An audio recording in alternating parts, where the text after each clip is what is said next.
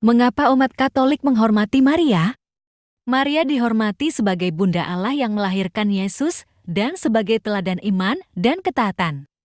Umat Katolik menghormati Maria, Ibu Yesus, dengan cara yang mendalam dan penuh penghargaan karena beberapa alasan teologis dan spiritual yang berkaitan dengan perannya dalam sejarah keselamatan dan posisinya dalam Gereja Katolik.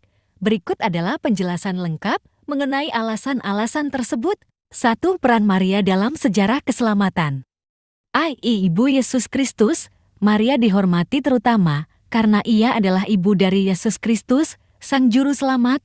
Dalam doktrin Katolik, Yesus adalah Tuhan yang menjadi manusia untuk menebus dosa umat manusia. Maria dipilih oleh Tuhan untuk menjadi ibu dari anak Allah, sehingga perannya sangat penting dalam rencana keselamatan. B. Kerjasama dalam rencana keselamatan. Maria menerima panggilan dari Tuhan dengan iman dan kesediaan. Dalam peristiwa kabar gembira Annunciation, Maria menyetujui peranannya dengan mengatakan, "Sesungguhnya aku ini adalah hamba Tuhan, jadilah padaku menurut perkataanmu." Lukas 1:38. Kesediaannya untuk menjalankan kehendak Tuhan menandakan kerjasama yang aktif dalam rencana keselamatan. 2. Penghormatan terhadap kemurnian dan kewajiban spiritual Maria. Dogma kecemerlangan Maria Immaculate Conception.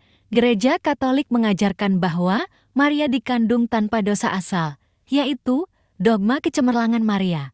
Ini berarti bahwa sejak saat pembuahannya, Maria dilindungi dari dosa asal agar ia layak untuk melahirkan Yesus Kristus. Dogma ini menekankan kekudusan dan kesucian Maria sebagai persiapan untuk perannya sebagai Ibu Yesus. B. Dogma kenaikan Maria Assumption.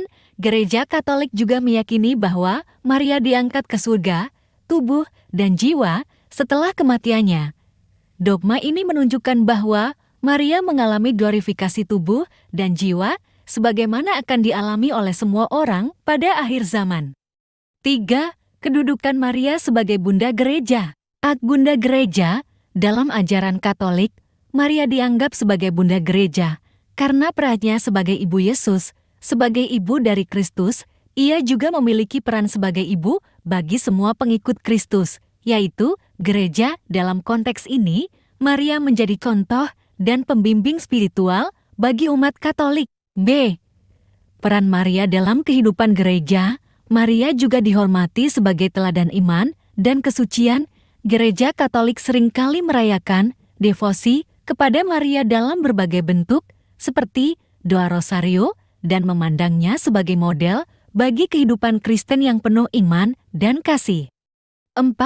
Devosi dan penghormatan dalam tradisi Katolik. Penghormatan, bukan penyembahan, penting untuk membedakan antara penghormatan dan penyembahan dalam ajaran Katolik. Maria dihormati dalam istilah Latin, disebut veneratio tetapi tidak disembah. Penyembahan adalah hak khusus yang hanya diberikan kepada Tuhan. Penghormatan kepada Maria mencerminkan pengakuan atas peran dan kemuliaannya dalam rencana keselamatan, tetapi tidak menggantikan atau mengalihkan penyembahan kepada Tuhan. B.